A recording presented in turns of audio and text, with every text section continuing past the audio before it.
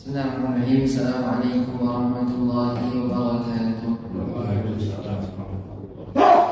Alhamdulillahi rabbil alamin. Hamdan yuwafi ni'amahu wa yukafi'u mazidah. Lakal hamdu ya rabbana kama yanbaghi li jalalikal karim wa li'azimi sultanik. Asyhadu an la ilaha illallah wahdahu la syarika lah. وأشهد أن محمدا عبد الله ورسوله وصفيه من خلقه وأمينه اللهم صل وسلم وبارك وزد على عبدك ونبيك محمد صلى الله عليه وعلى آله وصحبه أجمعين. قال الله تعالى في كتابه الكريم أعوذ بالله من الشيطان الرجيم يا أيها الذين آمنوا اتقوا الله حق تقاته ولا تموتن إلا وأنتم مسلمون. اللهم علمنا ما ينفعنا وانفعنا بما علمتنا وزدنا علما وهدى وبركة يا ذا الجلال والإكرام. اللهم اغفر لنا ولوالدينا ولمشايخنا ولمن علمنا ولمن تعلم علينا اللهم آمين. Alhamdulillah, puji syukur kehadirat Allah atas segala karunia nikmat yang Allah berikan kepada kita semua. Pagi hari ini Allah Subhanahu wa taala mudahkan kita untuk sama-sama kita beribadah kepada Allah, menjalankan salat subuh secara berjamaah. Semoga Allah senantiasa memberikan taufik, memberikan hidayah, memberikan keistiqomahan kepada kita semua hingga akhir hayat kita. Amin ya rabbal alamin. Salawat serta salam semoga senantiasa terlimpah tercurah kepada Nabi kita Nabi Muhammad sallallahu alaihi wasallam, kepada seluruh keluarga, sahabat dan seluruh pengikutnya hingga akhir zaman. Jemaah musalla al-falah yang semoga Allah rahmati dan berkahi, di pagi hari ini insyaallah kita akan melanjutkan kembali pembahasan tafsir dan tadabbur di surat-surat pendek. Di pertemuan yang lalu kita sudah sampai pada surat Al-Kautsar. Maka hari ini insyaallah kita lanjutkan menuju surat berikutnya, yaitu surat Al-Ma'un. Surat Al-Ma'un. Jamaah yang dirahmati Allah Subhanahu wa taala, sebelum kita masuk ke surat Al-Ma'un, ada satu hadis yang semoga menjadi penggembira, hadis yang semoga menjadi pengingat bagi kita supaya kita senantiasa istiqamah untuk senantiasa menuntut ilmu.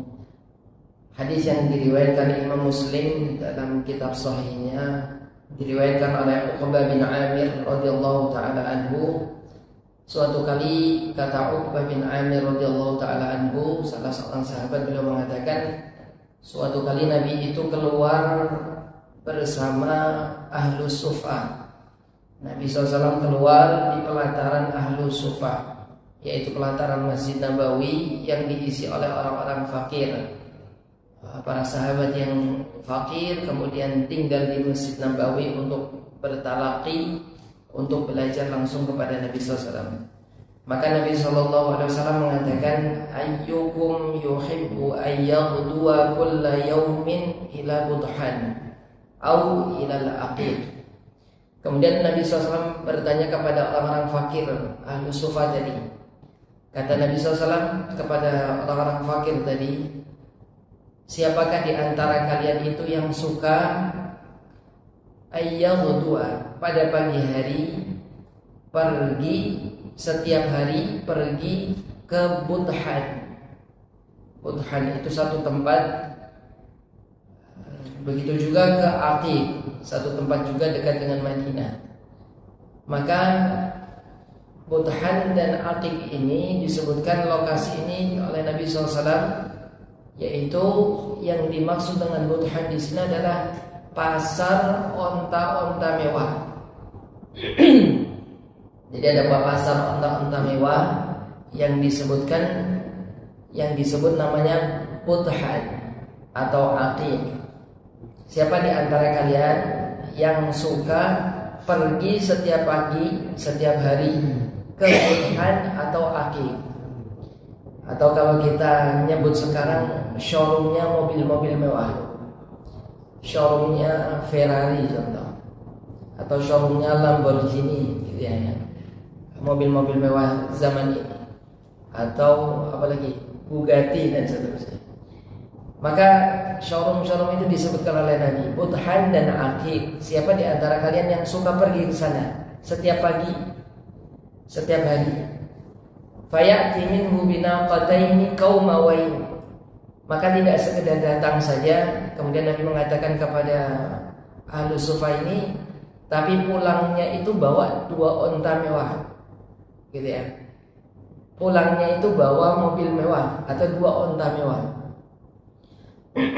Fi ghairi ismin wala qad'i rahim. Yang 2 unta itu diambil bukan dengan cara-cara yang tidak dibenarkan, tapi semuanya itu gratis, semuanya itu diambil dengan cara yang sah.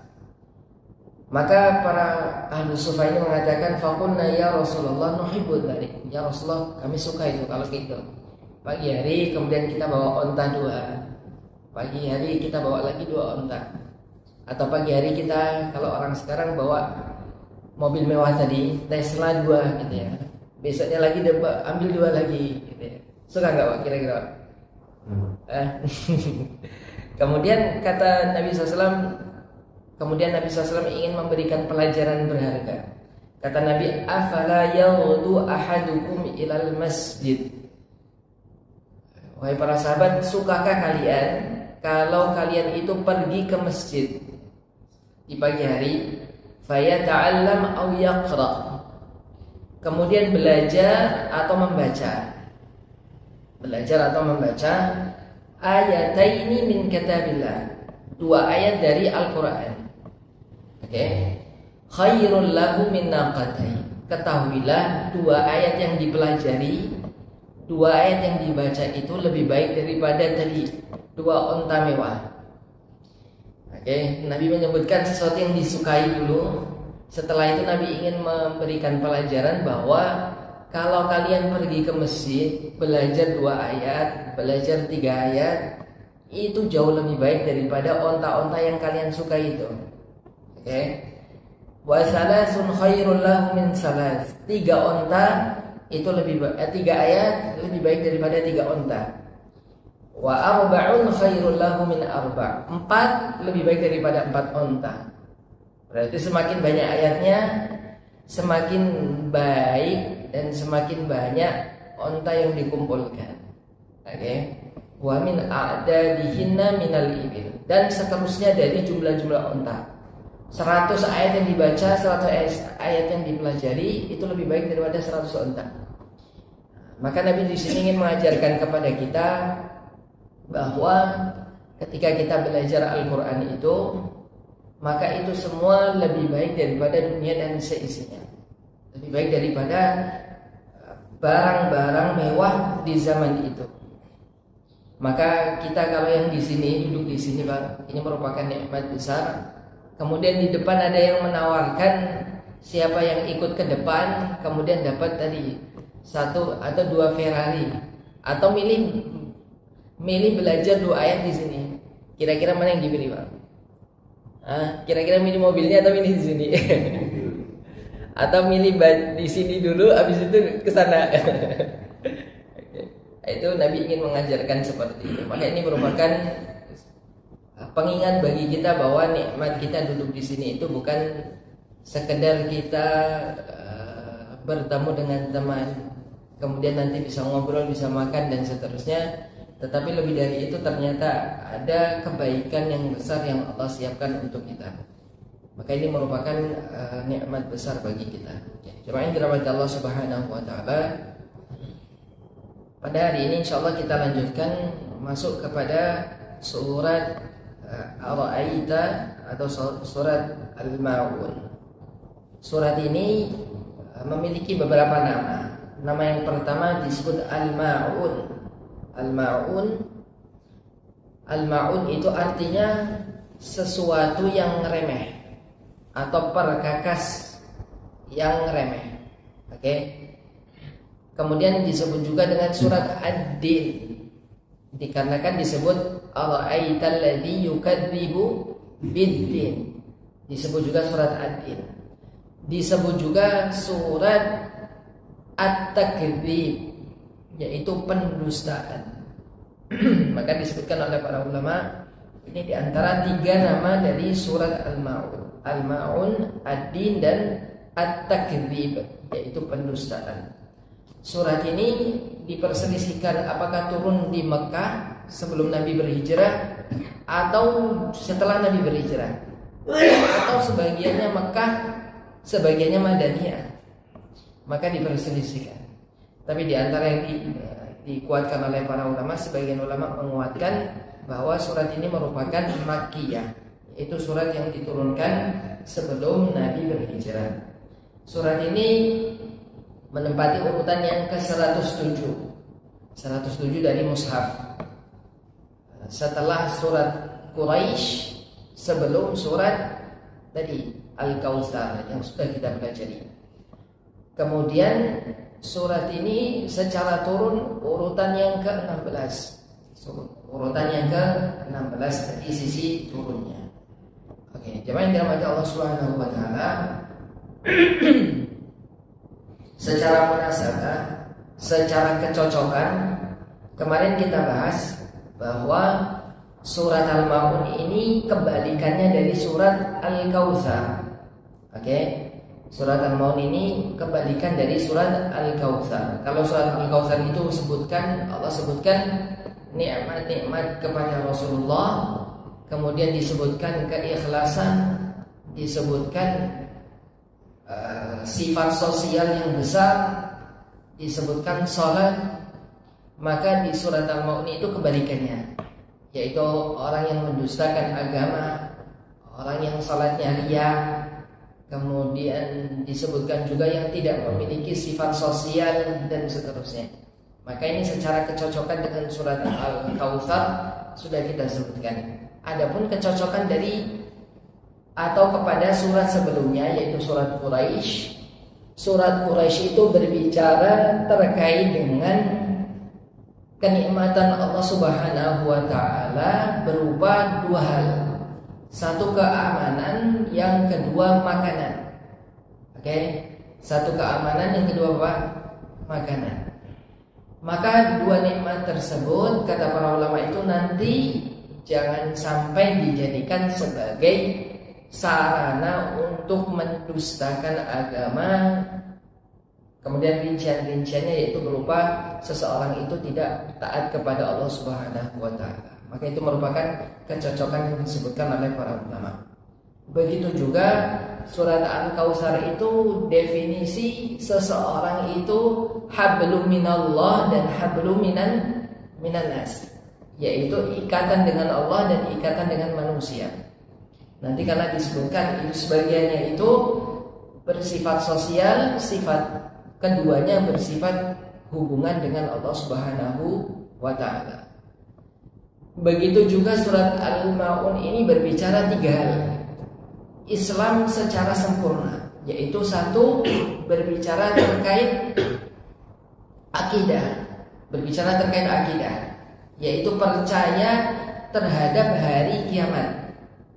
Oke, makanya di ayat pertama bunyinya gimana? Ara'aital ladzi yukadzibu biddin. Tahukah kamu orang-orang yang mendustakan ad-din? Ad-din di sini hari pembalasan. Oke. Mendustakan hari pembalasan di sini berarti mendustakan hari kiamat. Maka ini berbicara terkait akidah. Yang kedua berbicara terkait ibadah. Maka disebutkan fawailul lil musallin alladzina hum an salatihim sahun. Ini berbicara terkait ibadah, yaitu salat. Kemudian yang ketiga muamalah, interaksi sesama manusia. Makanya disebutkan di antara interaksinya apa? Wa yamna'unal ma'un. Mereka itu tidak atau enggan meminjamkan perkakas-perkakas. Oke, itu. Begitu juga disebutkan Yadu'ul yatim. Di antara sifatnya itu orangnya tidak mau atau menghardik, membentak orang-orang yatim atau anak-anak yatim dan seterusnya.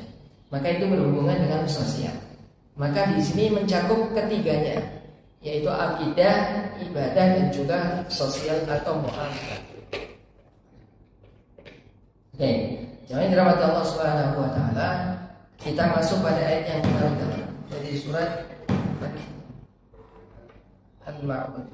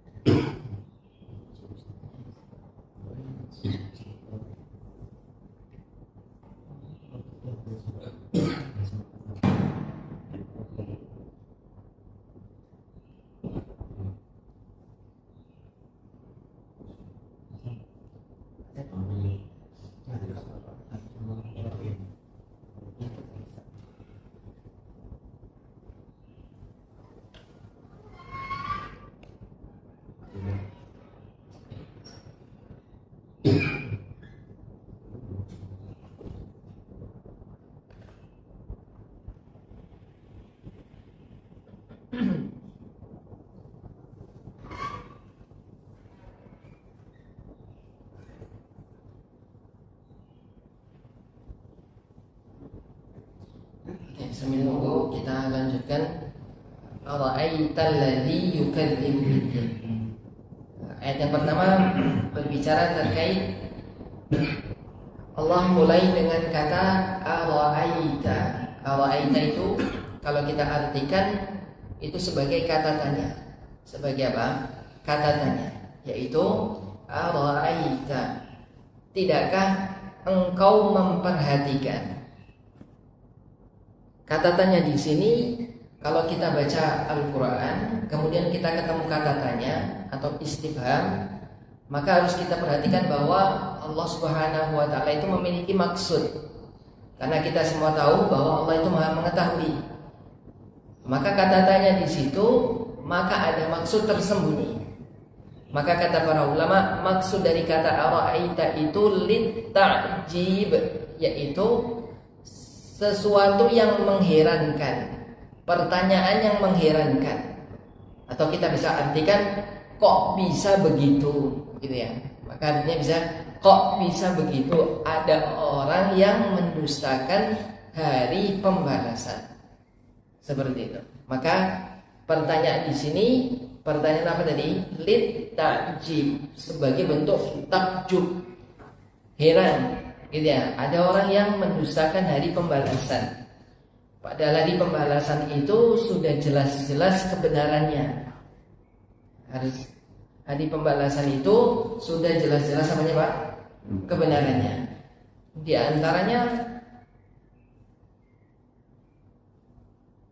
antaranya Allah sebutkan tidak hanya menggunakan dalil secara ayat Al-Quran.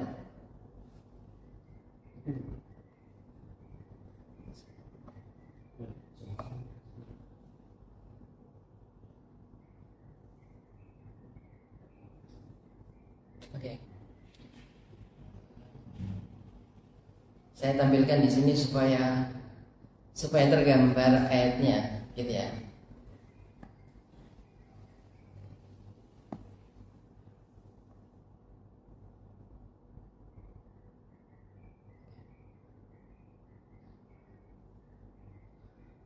Ya, jamaah yang dirahmati Allah Subhanahu wa taala, di sini Allah sebutkan kata ara'aita, yaitu tadi apa? Pertanyaan untuk sesuatu yang menakjubkan. Kok bisa ada orang-orang yang mereka itu mendustakan ad-din, yaitu hari pembalasan. hari kiamat. Oke. Padahal hari kiamat itu tidak hanya Allah sebutkan dalam Al-Quran itu berupa teks-teks ayat yang harus kita imani saja, tapi Allah menggunakan akal. Di antara hal itu Allah sebutkan pakai logika. Jadi seseorang yang tidak beriman itu tidak menelan mentah-mentah, tapi mereka disuruh berpikir. Di antaranya Allah menggunakan cara al-istidlalu bin nasy'atil ula, yaitu ada penciptaan pertama dari nol. Maka kata Allah Subhanahu wa taala, wa huwal ladzi yabda'ul khalqa tsumma yu'iduhu wa huwa ahwanu 'alaihi. Di sini ada logika. Logikanya kata Allah Subhanahu wa taala, kalau Allah itu mampu menciptakan dari nol manusia yang enggak ada sama sekali, maka menghidupkan kedua kalinya itu jauh lebih mudah atau lebih susah? Lebih mudah. Yang dari nol saja bisa, apalagi cuma sudah mati tinggal dihidupkan, maka jauh lebih mudah. Pakai logika. Ini diantara cara dalam Al-Quran menyebutkan hal itu. Begitu juga ketika menyebutkan penciptaan langit dan bumi. Ayat yang mungkin semuanya kita hafal. Kata Allah SWT, awalaysal ladzi khalaqas samawati wal arda biqadirin ala ay yakhluqa mithlahu. Kata Allah SWT, kalau menciptakan langit dan bumi yang besar itu saja bisa, apalagi yang kecil. Oke, ini diantara cara yang lain ketika Allah mampu memperlihatkan kepada kita bumi yang kering, kemudian bumi itu tumbuhan kering, ya musim kemarau seperti ini kita lihat semuanya kering. Tapi ketika musim hujan langsung hijau semua.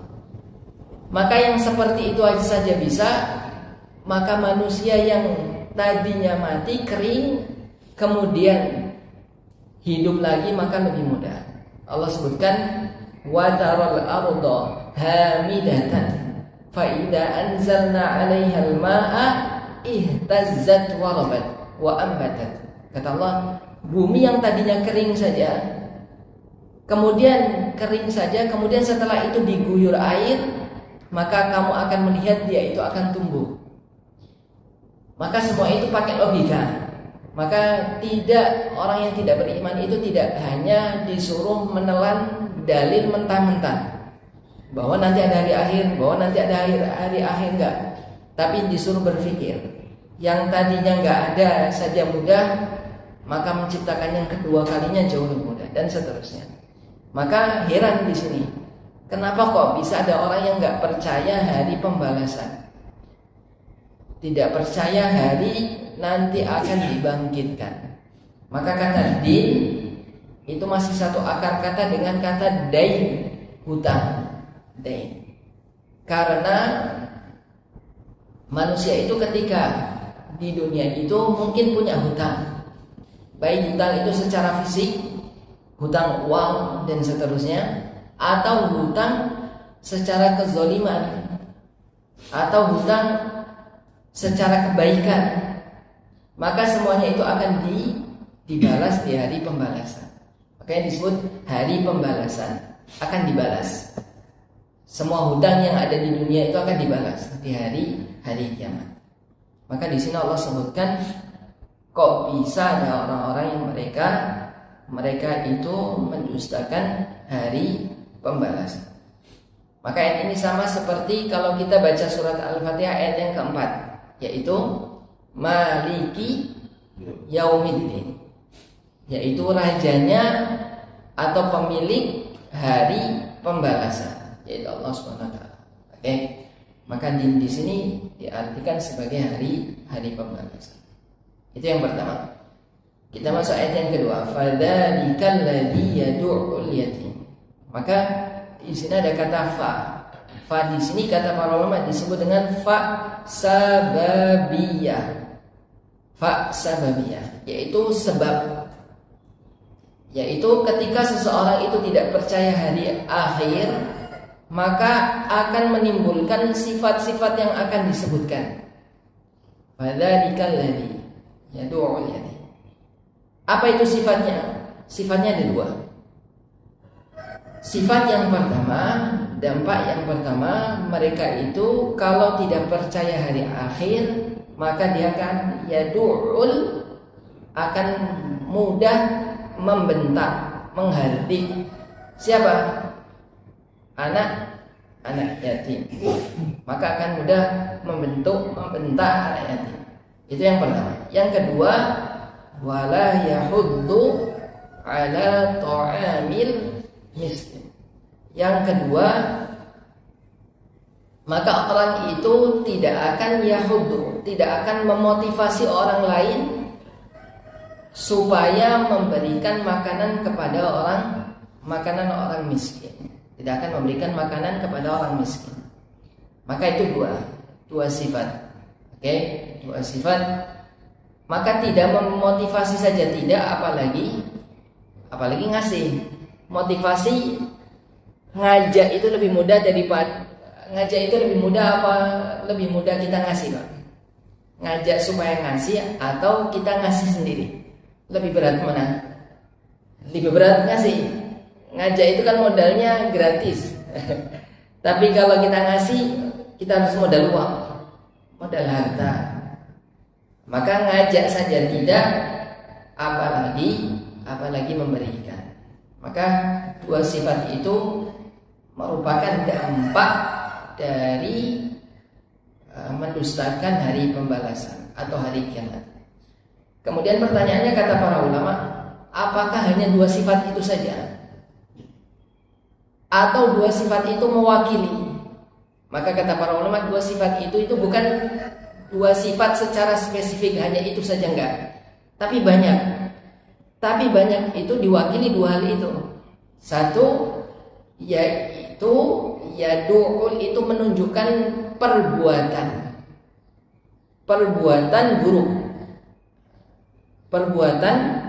buruk. Ini yang pertama.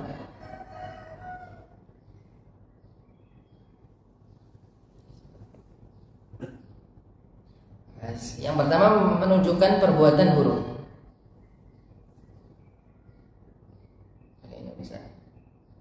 Satu, menunjukkan perbuatan buruk. Yang kedua, ayat yang ketiga menunjukkan meninggalkan perbuatan yang utama. Maka dua sifat itu merupakan sifat yang mewakili. Satu, melakukan perbuatan buruk. Yang kedua, meninggalkan sifat-sifat yang baik. Maka semua sifat-sifat buruk itu diwakili dengan dua hal tadi. Diwakili dengan ayat yang kedua. Kemudian meninggalkan sifat-sifat yang baik itu diwakili di ayat yang ketiga. Maka itu merupakan perwakilan dari sifat-sifat baik, perbuatan buruk, dan juga meninggalkan sifat-sifat yang baik. Maka seluruh hal perbuatan yang buruk itu diwakili di ayat yang kedua. Semua hal kalau seseorang meninggalkan perbuatan baik itu diwakili di ayat yang ketiga. Maka dua ayat itu merupakan perwakilan dari dampak seseorang itu tidak meyakini hari kiamat, tidak meyakini hari kiamat. Kenapa dua sifat tersebut? Kenapa anak yatim menghardik anak yatim? Kedua, tidak memberikan makan kepada orang miskin. Karena kata para ulama, karena hal itu merupakan sifat yang disepakati seluruh agama. Sifat yang disepakati seluruh manusia itu buruk. Tidak usah berbicara terkait agama, berbicara terkait hati saja. Menghardik anak yatim itu merupakan sesuatu yang sangat tercela. Tidak memberikan orang yang lemah kepada orang miskin itu, atau tidak memotivasi itu merupakan sesuatu yang buruk. Maka itu disepakati. Maka Allah seakan-akan memberikan sesuatu contoh yang paling rendah. Yang rendah saja biasanya disepelekan, apalagi yang yang lebih berat. Maka itu yang bisa kita pelajari. Maka jemaah ini rahmat Allah Subhanahu wa taala, pertanyaannya siapakah anak yatim? Siapakah anak yatim? Definisi anak yatim itu apa?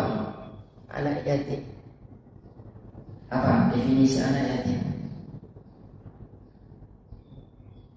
Anak yatim itu anak yang bapaknya meninggal, sedangkan anak itu belum baligh. Itu disebut anak yatim.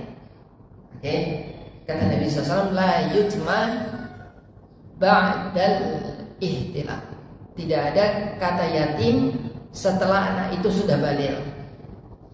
Karena anak itu ketika sebelum baligh, maka ketika ditinggal ayahnya, itu sesuatu yang sangat berat dari sisi ekonomi. Itu satu. Kedua, kalau sudah baligh, maka anak itu sudah bisa mencari mata pencahariannya sendiri, sudah bisa bekerja sendiri. Maka tidak disebut yatim kalau sudah baligh, tidak disebut yatim kalau yang meninggal ibunya. Kalau di bahasa kita kan disebut apa? Disebut piatu. Maka tidak disebut yatim ketika yang meninggal itu ibunya, tapi disebut yatim ketika yang meninggal itu ayahnya. Maka dari sini harus kita perhatikan ketika kita menyalurkan harta, kalau kita sebagai pengurus, kemudian kita ingin menyalurkan ke anak yatim, maka harus diseleksi betul. Jangan sampai kita salah menyalurkan.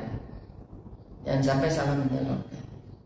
Kalau itu sifatnya harta umat, kalau kita harta kita sendiri, kemudian kita kasih kepada setelah anak itu setelah baligh karena belum bekerja dan seterusnya, itu nggak apa-apa. Karena kita pakai harta kita sendiri. Tapi kalau pakai harta umat, maka kita harus perhatiin apakah betul yatim atau enggak. Jangan-jangan bukan yatim, maka kita akan mempertanggungjawabkan hal itu. Maka ini yang harus diperhatikan ketika berbicara terkait anak yatim.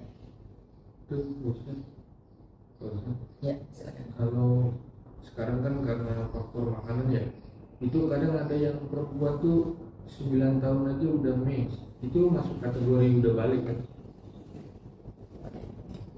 Dari sisi baligh, jadi baligh itu kalau sisi fikih itu ada beberapa kriteria. Kriteria pertama itu kalau seorang laki-laki atau perempuan itu sudah ihtilam, sudah mimpi basah, maka dikatakan sebagai anak yang sudah baligh. Itu satu. Yang kedua, kalau khusus bagi perempuan itu sudah menstruasi, tapi catatannya kata para ulama itu dia sudah 9 tahun. 9 tahun. Terkhusus dalam mazhab Syafi'i itu disebutkan kalau sudah 9 tahun maka dikatakan sebagai menstruasi. Tapi kalau di bawah 9 tahun maka dikatakan darah fasad atau darah kotor. Bukan menstruasi atau haid. Maka itu yang perlu diperhatikan. Jadi 9 tahun. Patokannya itu 9 tahun. Tapi kalau tidak didapati mimpi basah, tidak didapati menstruasi, maka kapan dikatakan baligh? Kapan dikatakan baligh, Bang? Ternyata 9 tahun, 10 tahun, 11 tahun, 12 tahun, dua hal itu tidak didapati. Sampai 15 tahun, maka puncaknya itu 15 tahun.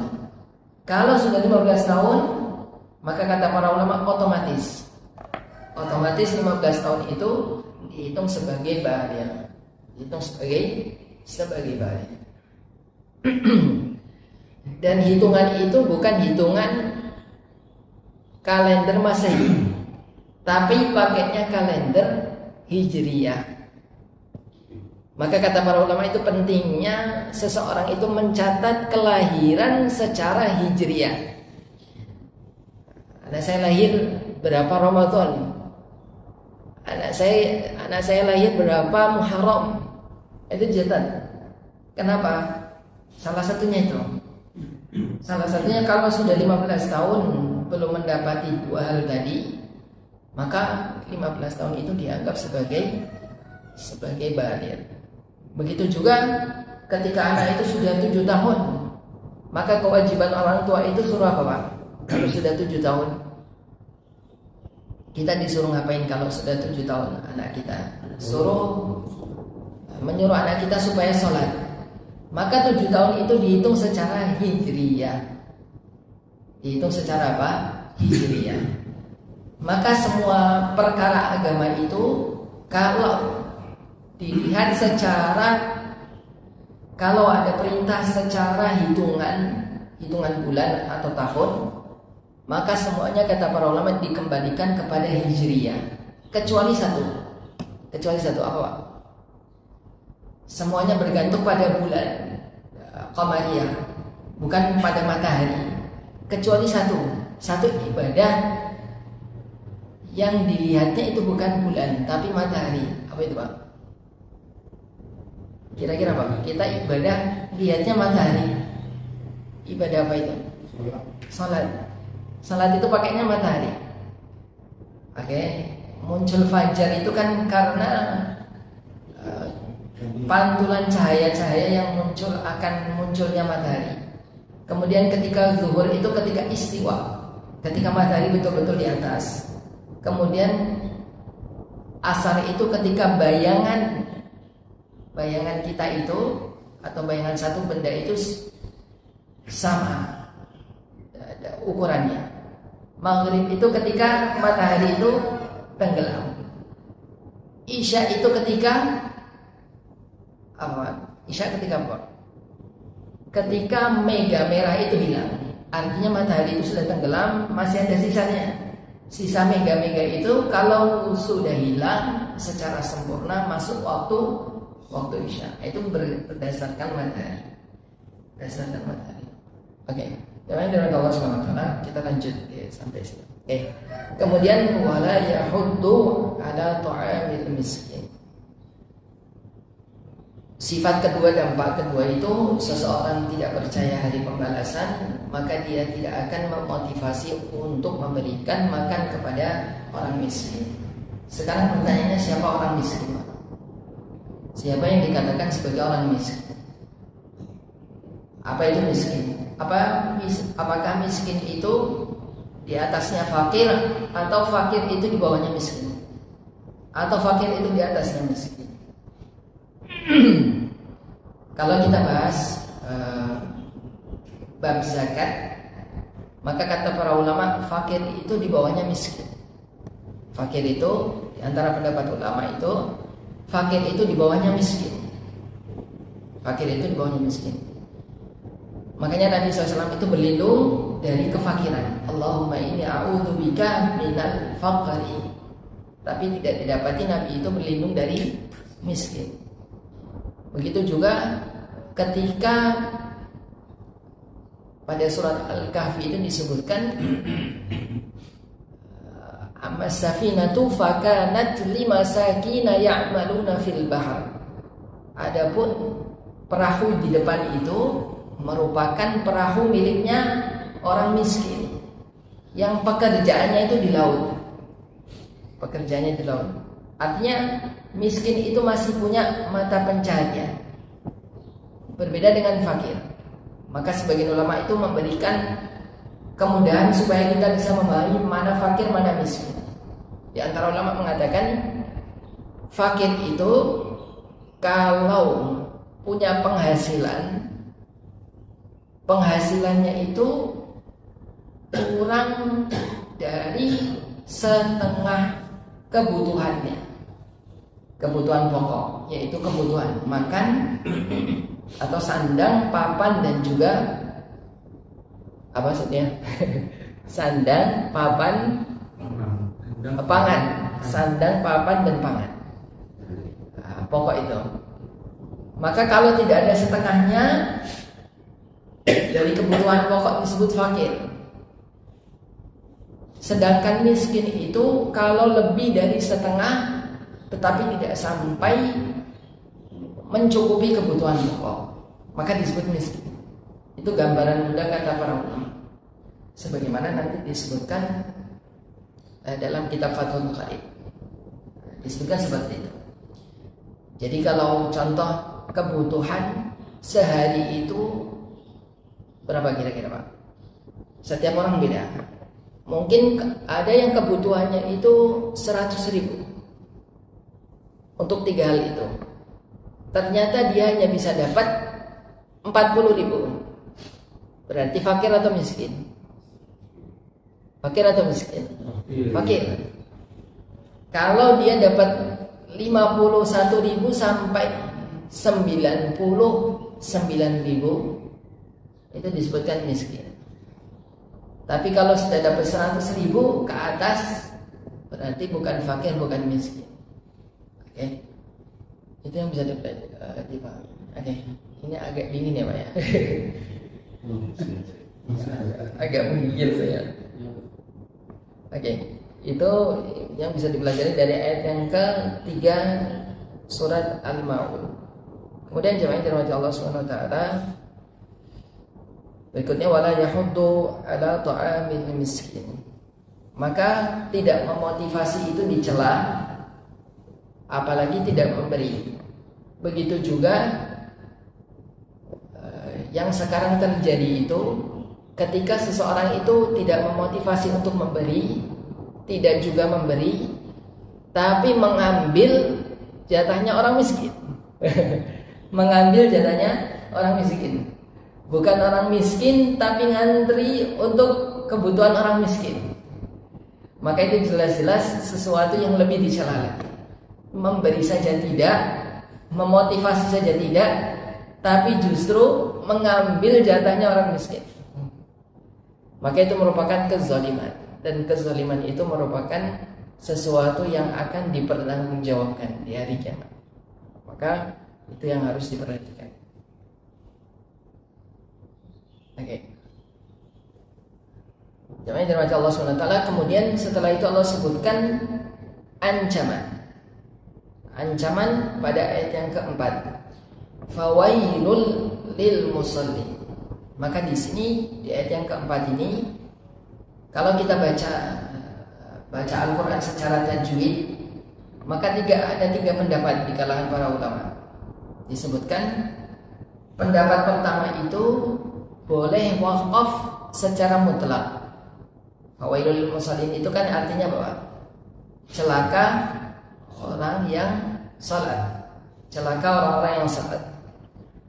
Maka boleh wakaf secara mutlak di sini. Boleh wakaf secara mutlak. Oke, bisa wakaf di sini secara mutlak. Oke. Bisa wakaf secara mutlak. Kemudian pendapat kedua, dianjurkan supaya wasal. Fawailul lil musallin alladzina hum an salatihim sahun. Disambung. Kalau tadi wakaf, kalau pendapat kedua itu diwasal atau disambung. Pendapat ketiga bisa juga bacanya waqaf. Waqaf itu mengamalkan sabda Nabi atau tata cara Nabi. Kemudian setelah itu disambung. Bisa cara yang ketiga. Contohnya gimana? Maka kalau kita baca surat Al-Ma'un, contohnya fawailul lil musallin, waqaf. Kemudian diulang lagi. Fawailul lil musallin alladzina hum an salatihim sahun. Bisa seperti itu. Ini cara yang ketiga. Jadi tidak tiga-tiganya bisa kita praktekkan. Bisa diwaqaf, bisa diwasal, bisa waqaf dan wasal sekaligus. Oke. Kata wail, jemaah yang dirahmati Allah SWT, kata wail itu, wail artinya apa? Wail artinya apa, Pak? Wail itu ada dua pendapat di kalangan para ulama. Pendapat pertama mengatakan wail itu artinya celaka, sengsara, kerugian, azab, ancaman, dan seterusnya. Kata wail, celaka, maka celaka. Itu yang perlu diperhatikan yang pertama. Fawailul, maka celaka. Ini pendapat pertama. Pendapat yang kedua, kata para ulama, wail itu merupakan wadin fi nari jahannam, yaitu lembah di neraka jahanam. Lembah di neraka jahanam. Yang dimana kata Abu Sa'id Al-Khudri radhiyallahu ta'ala anhu, lembah tersebut dalamnya sekitar 40 tahun perjalanan. Dalamnya sekitar berapa? 40 tahun perjalanan. Kemudian kata Sufyan bin Atha bin Yasar, isi dari lembah itu merupakan nanah-nanah dari penghuni neraka jahanam. Oke, nanah-nanah dari penghuni neraka jahanam. Ini pendapat yang kedua, yaitu lembah di neraka jahanam.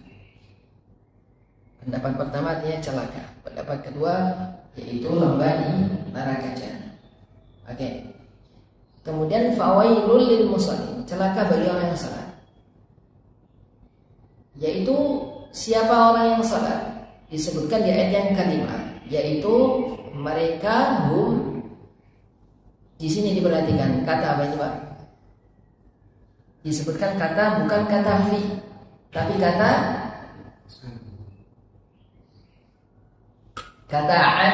an itu dari. Celaka orang-orang yang salatnya itu orang-orang yang dari salatnya itu sahur, mereka itu lalai. Maka kata para ulama, sebagaimana disebutkan oleh seorang sahabat,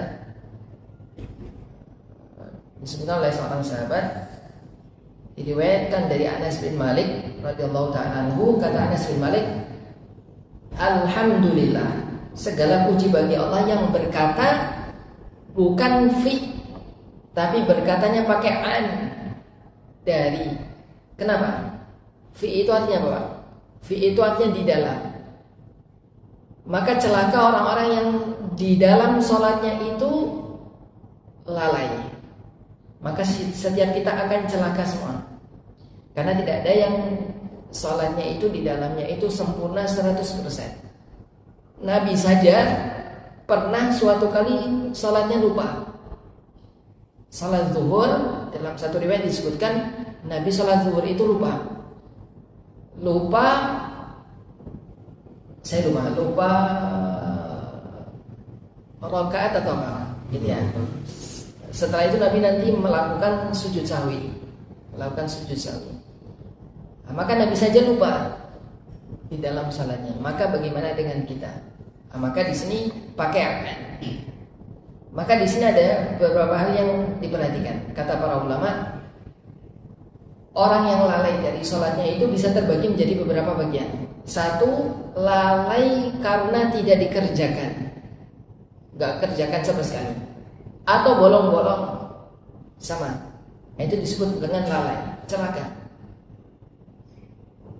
Diancam dengan kata wail, celaka, atau neraka jahanam, yaitu apa tadi, lembah di neraka jahanam. Itu satu. Yang kedua, ketika seseorang itu sholat tapi mengakhirkan waktunya sampai hampir habis, maka dikatakan lalai. Sebagaimana dalam satu riwayat kata Nabi SAW, tilka salatul munafiq, 3 kali Nabi mengatakan, itulah salatnya orang munafik, itulah salatnya orang munafik, itulah salatnya orang munafik. Yaitu apa? Kata Nabi SAW, yajlisu yarqubu syamsa hatta idza kanat baina qarnay syaitan qama fa naqara arba'an la yadhkurullaha fiha illa qalila. Yaitu ketika seseorang itu di waktu asar, kemudian dia sambil memperhatikan matahari. Maksudnya melakukan sesuatu tapi sambil lihatin matahari.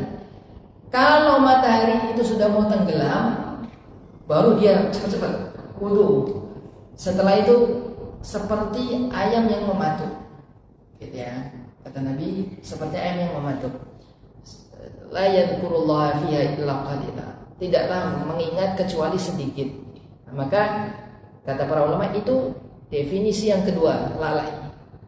Definisi yang ketiga yaitu ketika seseorang itu lalai dari syarat dan rukun-rukun salat. Syarat dan rukun-rukun salat. Apa syarat salat, Pak?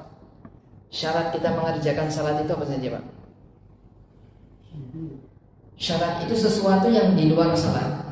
Contohnya menghadap kiblat. Contohnya berwudu, taharah. Contohnya menutup aurat. Itu syarat salat. Maka kalau wudunya itu tidak betul, kemudian wudu harusnya sampai siku, baru sampai sini, berarti belum berwudu, karena masih ada sesuatu yang masih kering, maka tidak diterima salatnya. Maka itulah orang yang lalai. Begitu juga ketika lalai dari rukun-rukun salat. Rukun salat ada berapa, Pak? Kita salat setiap hari. Apa saja rukun salat? Sebagian mengatakan ada 13. 13 itu apa saja? 1, niat. Oke. Yang kedua, takbiratul ihram. Takbiratul ihram itu rukun. Rukun itu sesuatu yang harus dikerjakan di dalam salat kita. Kalau tidak dilaksanakan maka salat kita batal. Oke. Yang kedua takbiratul ihram. Yang ketiga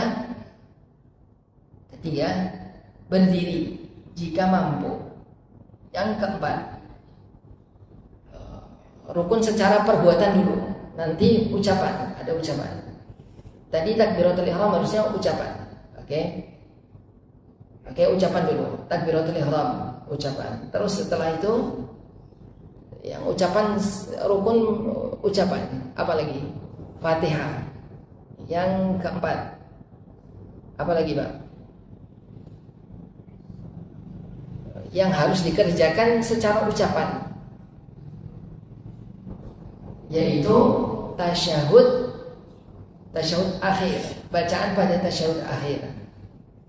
Kelima, sholawat kepada Nabi pada tasyahud akhir. Oke. Yang keenam, salam. Ucapan salam itu rukun. Maka rukun itu harus dikerjakan. Ada berapa berarti tadi? Ada 5. 1 niat, 5 itu rukun secara ucapan. Kalau salah satunya tidak dikerjakan berarti salat kita batal. Kemudian sisanya berapa?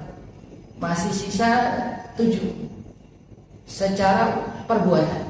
1, berdiri jika mampu. Setelah itu rukuk. Setelah itu i'tidal. Setelah itu sujud. Setelah itu duduk di antara 2 sujud. Setelah itu duduk di tasyahud akhir. 7. Satu lagi apa? Betul, tertib. Harus tertib. Ngerjakannya nggak boleh sujud dulu baru nanti setelah itu rukuk, nggak bisa. Harus urut. Maka 13 rukun itu harus kita kerjakan satu persatu. Maka tidak dikatakan sebagai sahur. Tapi kalau ada satu yang tidak, maka dikatakan sebagai sahur. Oke, kita percepat karena sudah syuruk. Kemudian ayat yang ke-6, alladzina hum yura'un. Sifat berikutnya yaitu yang akan dicela dan akan dimasukkan ke dalam neraka wail, yaitu siapa saja yang mereka terhadap salatnya itu yura'un, yaitu riya. Melakukan salat itu karena riya, maka melaksanakan salat karena riya akan diancam dengan kata wail. Nabi SAW mengatakan dalam satu hadis diriwayatkan oleh Abu Dawud, akhwafu, kata Nabi SAW, yang paling aku takutkan di antara kalian wahai para sahabat, yaitu asyirkul asghar, syirik kecil. Apa itu syirik kecil? Yaitu riya. Riya itu apa? Yaitu menampakkan sesuatu atau menampakkan ibadah supaya dilihat orang dan juga supaya dipuji. maka sekedar menampakkan saja maka tidak dicela. Tapi menampakkannya supaya dipuji manusia, maka itu jatuh pada sifat riya. Kalau itu berkaitan dengan pandangan.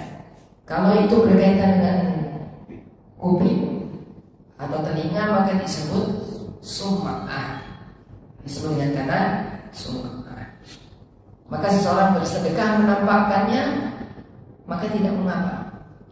Tetapi kalau bersedekah ditampakkan, setelah itu supaya dipuji, maka masuk pada kategori riya.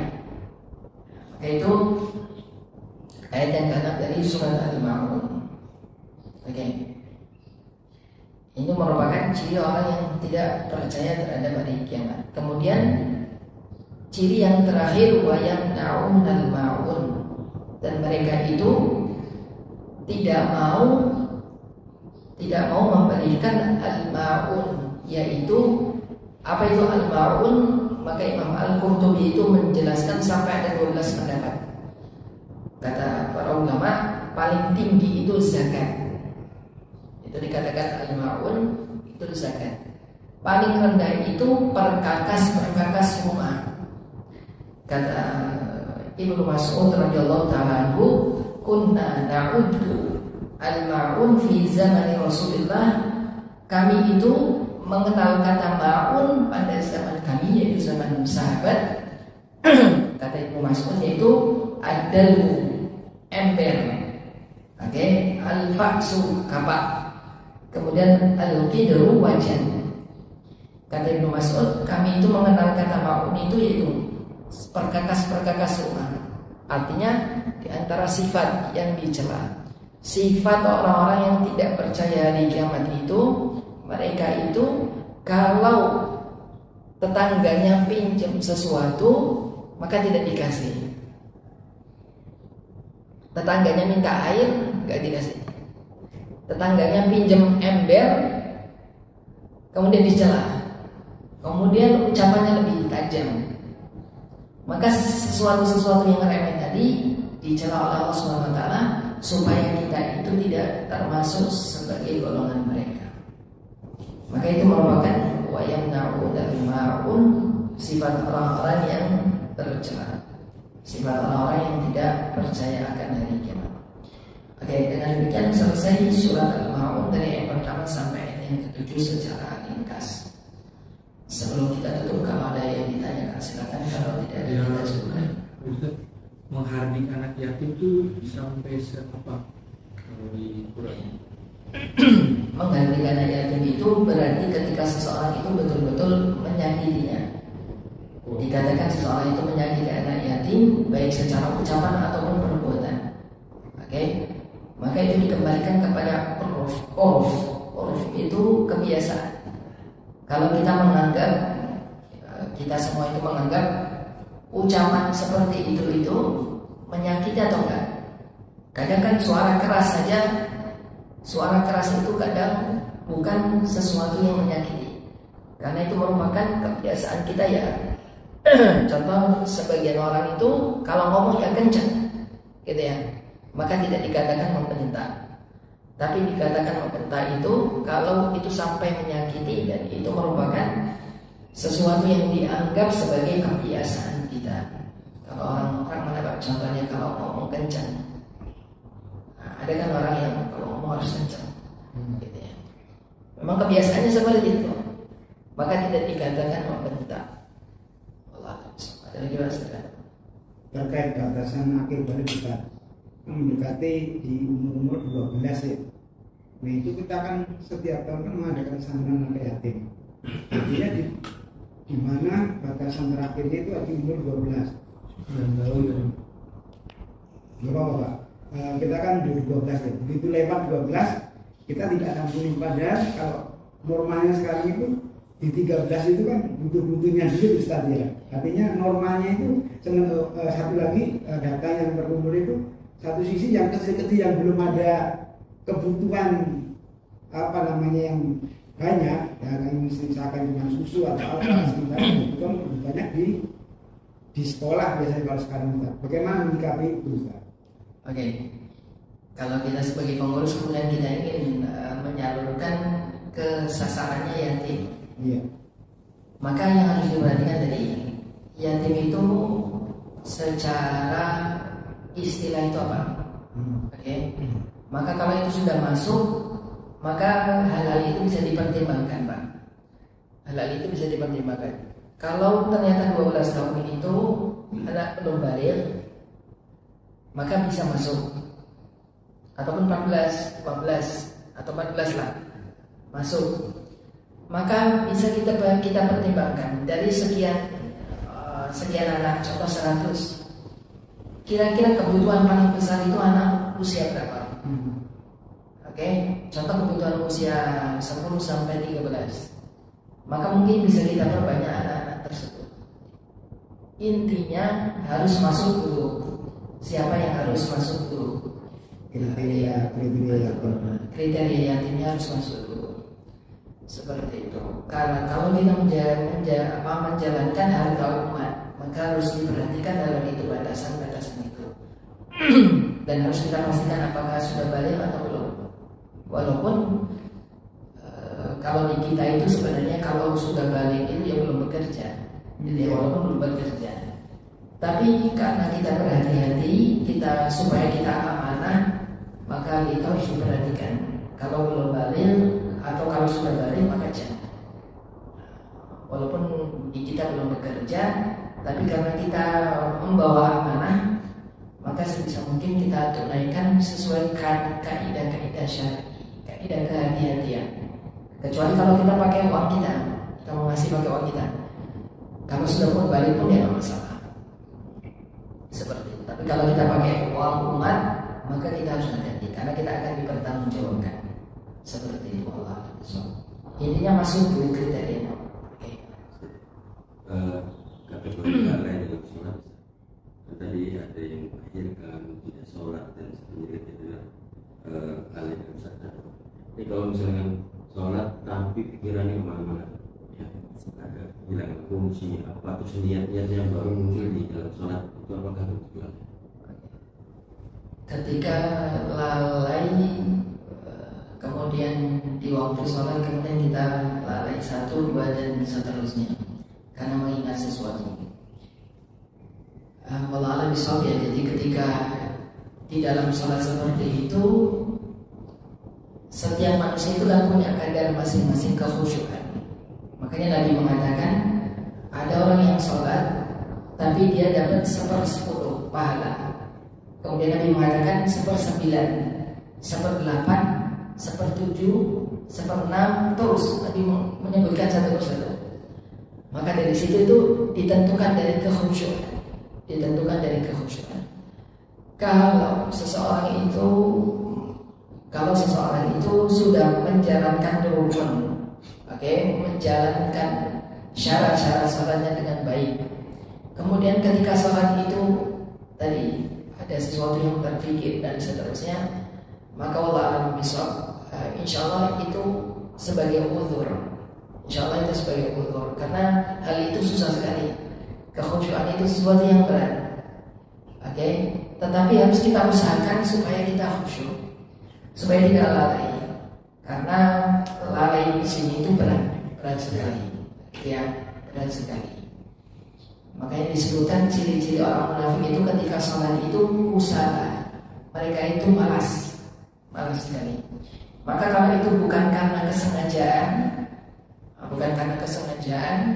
sengaja ketika sholat itu nanti masuk ke lalai. Tapi kalau sudah berusaha kemudian dipalingkan ketika sholat, maka itu insyaallah sebagai uzur. Semoga itu menjadi uzur bagi kita karena berat sekali ketika khusyuk itu ketika sholat, gitu ya. Kemudian ada niat itu kata para ulama itu berbarengan dengan ibadah. Pertama kali ibadah, maka sholat itu niat pertama kalinya ketika takbiratul ihram. Maka ketika takbiratul ihram itu harus kita hadirkan betul kapan kita niat. Terlepas perbedaan pendapat terkait lafaz, melafazkan atau tidak, tapi para ulama sepakat niat itu di hati. Sedangkan yang mengatakan dilafalkan itu, para ulama yang mengatakan dilafalkan itu supaya membantu ketika takbiratul ihram. Jadi ketika melafalkan musalli itu bukan niat. Nah, ini harus diperhatikan karena ini pendapat Imam Syafi'i itu mengatakan ketika melafalkan itu bukan niat. Niat itu kapan? Ketika takbiratul ihram, ketika Allahu Akbar. Itu ketika niat. Niatnya di situ. Oh, saya lagi sholat. Makanya kan ketika dilafalkan itu saya niat sholat zuhur contohnya. Maka itu diniatkan itu supaya apa? Ketika takbiratul ihram itu saya lagi sholat zuhur, gitu loh maksud saya. Maksudnya seperti itu. Maka niat itu harus dihadirkan bukan ketika sudah sholat. Maka pentingnya, contoh kalau kita masuk sholat, kemudian ketika sholat itu waktunya mendung. Kemudian kita mengatakan ini tadi saya sholat asal atau sholat zuhur ya, gitu. Maka kata para ulama itu belum niat, berarti belum dianggap sholat, belum dianggap sholat. Maka sebisa mungkin ketika kita mau masuk sholat, kita harus menghadirkan saya mau sholat apa, gitu ya. Terlepas kita yang mengikuti yang melafalkan atau tidak, tetapi harus kita hadirkan kita itu sedang mau sholat apa, supaya betul-betul sholat kita itu betul-betul ada niatnya di situ. Itu Allah alam. Oke, itu saja mungkin. Maksudnya tadi ketika sholat saya pengen niat ketika saya pengen baca Quran setelah itu. Munculnya itu maksudnya niat sesuatu. Yeah. Nah, itu diantara godaan-godaan, gitu ya, godaan-godaan supaya kita tidak khusyuk, maka itu harus dipalingkan ketika kita sholat. Ketika kita sholat harus kita palingkan. Walaupun kata para ulama, ketika itu berbicara secara spesifik untuk i'tikaf. Kalau seseorang masuk ke masjid tapi belum niat i'tikaf, ketika sholat itu kemudian saya niat i'tikaf sekarang, apakah sah atau tidak? Sebagian mengatakan sah, gitu ya, dan seterusnya. Itu secara spesifik seperti itu. Intinya harus kita palingkan niatnya dan sesuatu yang lain yang tidak berhubungan dengan salat. Seperti itu. Allah satu lagi, silakan. Ada penyebutan anak yatim dan salah satunya adalah memakan harta yatim. Ini apakah kita harus berhati-hati kepada bapak-bapak yang meninggal yang punya anak yatim ketika berkunjung ke rumah? Karena kan hartanya belum dibagi. Oke. Harta anak yatim yang orang tua sudah meninggal, gitu ya. Kemudian kita berkunjung ke rumahnya. Iya, kan ada dijamu dan lain-lain. Oke. Maka ketika sudah dijamu itu harta anak yatim itu yang perlu diperhatikan, harus diperhatikan kalau kita menjadi kafir, menjadi orang yang mengasuh. Maka harta anak yatim itu tidak boleh kita makan secara apa ya namanya, melampaui batas. Tapi ada sesuatu yang diperbolehkan oleh syar'i, sesuatu yang diperbolehkan. Nanti disebutkan dalam banyak ayat. Ketika seseorang itu mengasuh anak yatim, kemudian dia itu bukan orang yang tidak punya, maka dia boleh sekedar untuk kebutuhan dasarnya saja, maka diperbolehkan. Maka kalau kita sebagai pengasuh anak yatim, kemudian kita kedatangan tamu, maka kita harus mendiskusikan dengan anak itu. Kira-kira kita jamu enggak? Karena itu bukan harta dia, harta anak yatim itu. Maka kalau anak yatim itu mengatakan silakan. Kalau ibunya masih ada tuh harta anak yatim atau harta ibu? Harta anak yatim itu kalau ibunya masih ada berarti kan nanti dibagi secara waris. Harta ibunya berapa, harta anaknya berapa. Harta yang anaknya, khusus anaknya itu dari peninggalan ayahnya itu disebut harta anak yatim. Harta ibunya maka harta sendiri. Ini konteksnya kalau anak yatim itu sendiri, sedangkan ada pengasuh bukan dari keluarga, bukan dari ibunya, maka bisa dipastikan kan isi rumah itu punya anak yatim semua. Oke, itu konteksnya seperti itu. Maka tadi harus didiskusikan sebagai dari sisi pengasuh, dari sisi kita yang berkunjung, maka sifat kita tidak ini nggak boleh dimakan dan seterusnya, tapi sifat kita menghukumi secara zahir. Zahirnya itu kalau kita berkunjung, kita disuguhi, berarti itu merupakan kerelaan dari sahibul bait. Maka itu boleh kita makan. Seperti itu boleh saja, ada masalah. Karena itu sifatnya kerelaan. Kalau kita berkunjung dikasih, berarti itu merupakan sesuatu yang sudah selesai dari urusan sahibul bait. Seperti itu Allah. Ya, itu saja mungkin yang bisa kita pelajari pada pagi hari ini. InsyaAllah kita lanjutkan pada pertemuan selanjutnya. Kita cukupkan. Subhanakallahumma wa bihamdik, asyhadu an la ilaha illa anta, astaghfiruka wa atubu ilaik. Assalamualaikum warahmatullahi wabarakatuh.